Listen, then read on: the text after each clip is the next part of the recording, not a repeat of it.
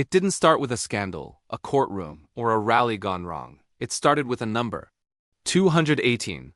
The exact number of signatures needed to force a vote that Donald Trump never wanted to see. And yesterday, in a quiet corner of Capitol Hill, signature number 218 landed. And with it, the entire Trump machine began to fracture. For months, Trump and MAGA Mike Johnson believed they could keep the Epstein Files buried. Committee chairs blocked hearings, leadership stalled motions. Every Republican procedural weapon was used to keep one simple question off the public record. Who else did Jeffrey Epstein know, and what did they know about him? But math doesn't care about fear. And once signature number 218 hit, the clock started ticking. The petition was launched by an unlikely duo Democrat Ro Khanna and Republican Thomas Massie. Two men with almost nothing in common except for one shared conclusion. The public deserves to see the Epstein Files. Once that petition matured, the House would be forced to hold a vote. No more excuses. No more hiding behind committees. No more pretending the files weren't ready. Trump understood what that meant. That's why he began calling any Republican who dared support transparency a traitor, someone engaging in a hostile act against him. Not hostile to the party, not hostile to the country. Hostile to Trump, because this time the vote isn't symbolic. This time the vote leads directly to him. As the number ticked upward, something else began to shift. Republicans started saying out loud what they had only whispered before. The fear of Trump's retaliation, the tweets, the primary threats, the fundraising punishment was suddenly competing with something more dangerous, their own political futures. If the files come out and their names appear anywhere near Epstein, they're finished. But if the files come out later and they re-caught covering for Trump, they re-finished in a different way. And that right there is where the GOP's loyalty began to break. This comes on the floor, I will vote for it. I want transparency. This wasn't a Democrat. This wasn't a never-Trumper.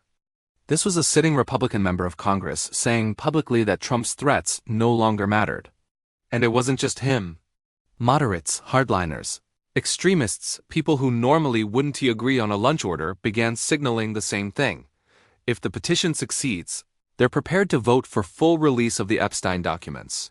Some quietly, some reluctantly, some defiantly. But all of them were saying, in one way or another, that Trump's grip is slipping.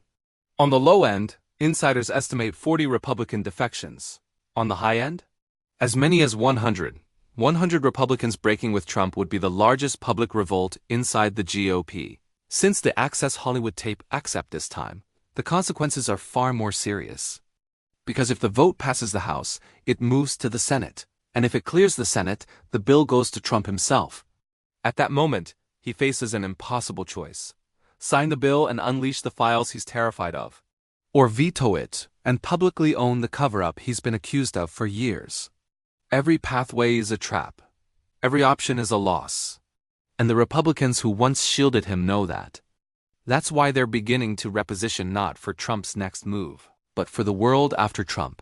A world where the vote they cast today will define their political survival in 2026, 2028, and beyond.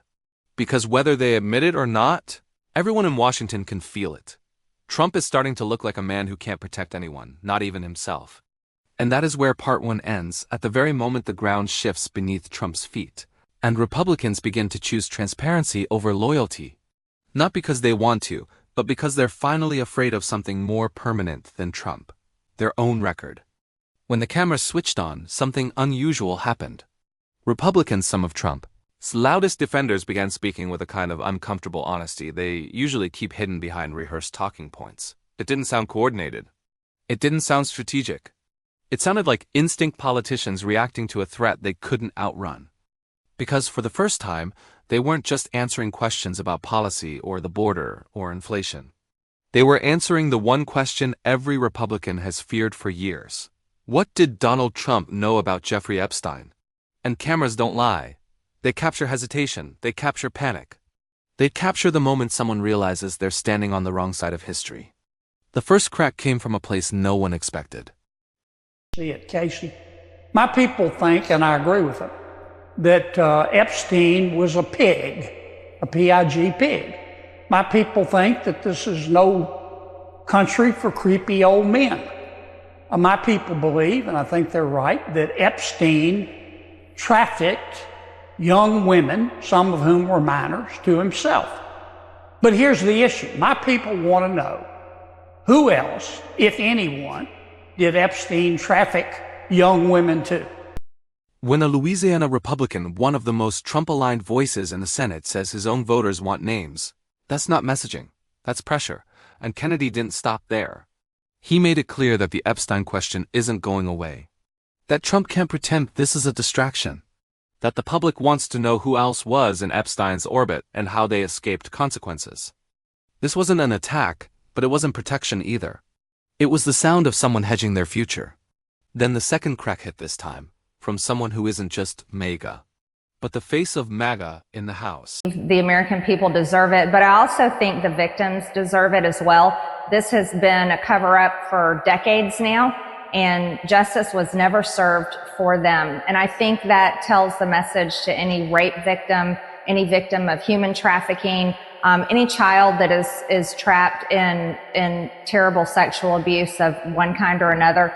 That tells them that people actually do care about them, because if this is continued to cover up the most famous convicted pedophile in history, if his files are covered up, then that tells every victim that they don't matter.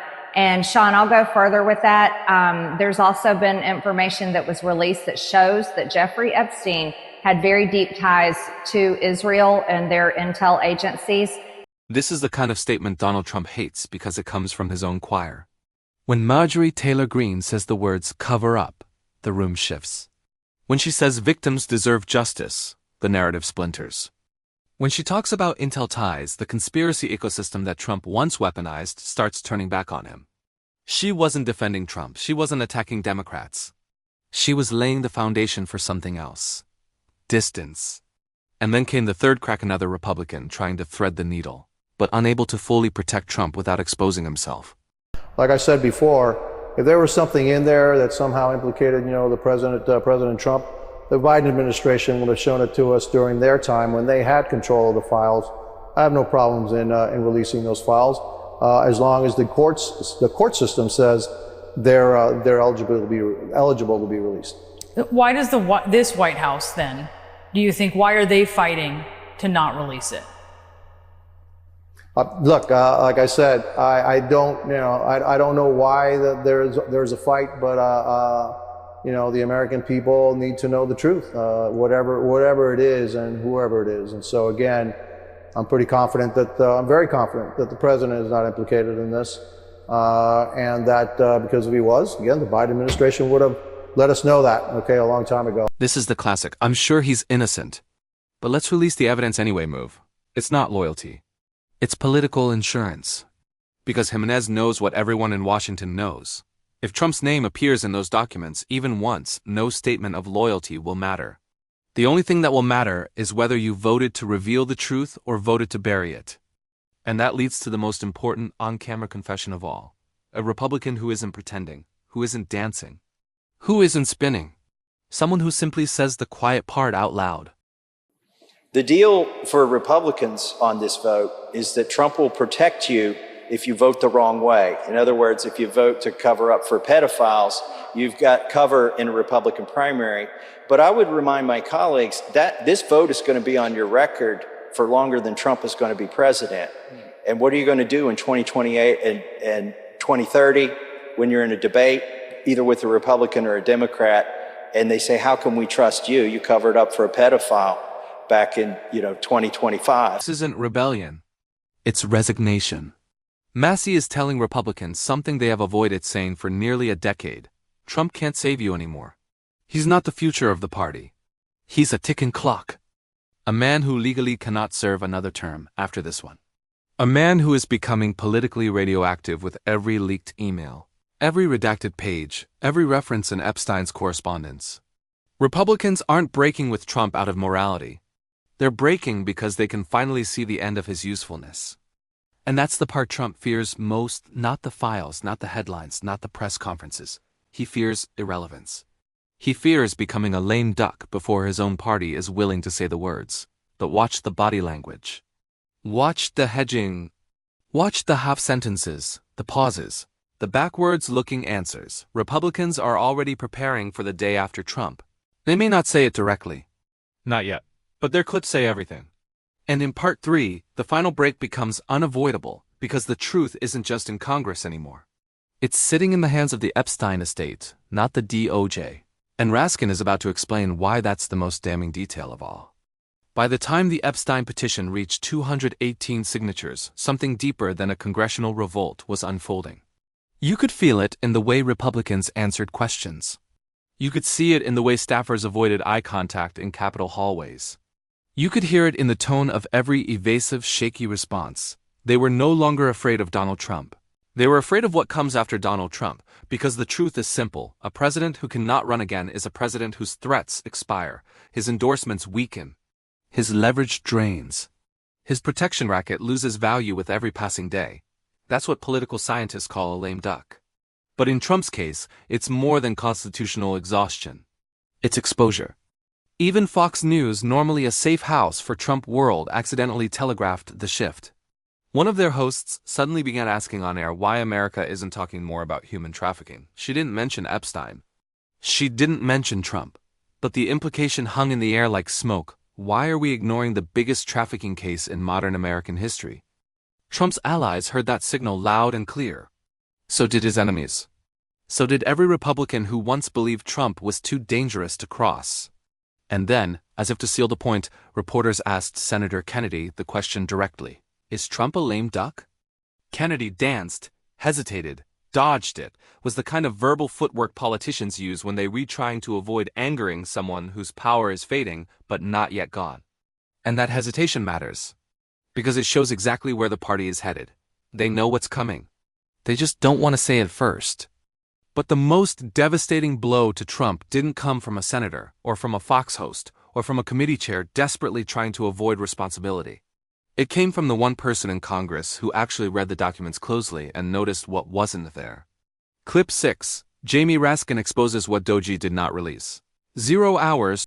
Well, the thing that really struck me so intensely yesterday was all of these emails saying things like, of course, Trump knew about the girls and tried to get Maxwell to stop. And we don't know if that means to stop stealing girls from Trump at his hotel and taking them into their operation, or stop being involved with Epstein. We don't know exactly what it means, but there's all kinds of emails that indicate that Donald Trump was perfectly situated to know what was going on and ensconced in that whole culture. After all, Epstein was his best friend for more than 10 years, although Epstein said very mocking, derisive things about Trump in some of these emails, saying that he was, borderline deranged and demented, and, talked about how stupid he was and so on.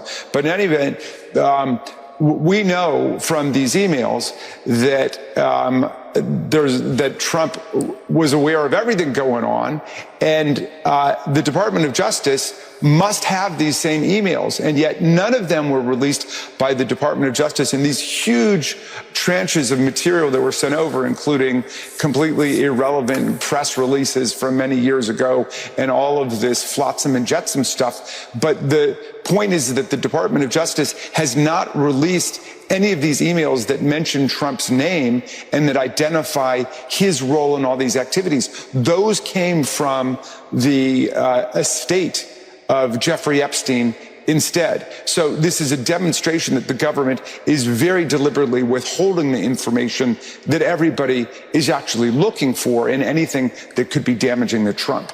That single observation detonated across Capitol Hill. Because if the emails mentioning Trump weren't released by the Department of Justice, if they only surfaced because the Epstein estate turned them over, then that means the federal government under Trump chose not to include them. That means the system wasn't just slow. It wasn't just bureaucratic. It wasn't just overwhelmed. It was selective. And selection is intentional. Which raises the question no Trump ally once asked, what else did the DOJ remove? What else did they hide? What other evidence is sitting in an archive under someone's protection order waiting to be forced out by a congressional vote? That's why Trump is terrified of this bill. That's why he calls transparency a hostile act. That's why Republicans who normally bow to him are suddenly pausing, hesitating, recalculating. Because if the Epstein estate had incriminating emails, and the Trump DOJ didn't. Then either the DOJ protected him or Epstein kept records Trump never realized existed.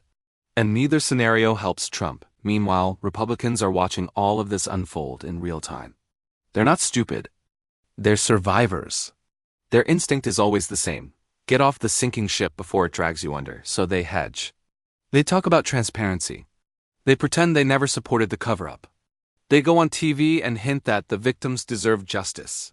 They plant seeds so they can later claim they were on the right side of history. And Trump? He keeps insisting the emails don't matter. He keeps saying there's nothing damaging there. He keeps calling the releases distractions. But that's the thing about political endings.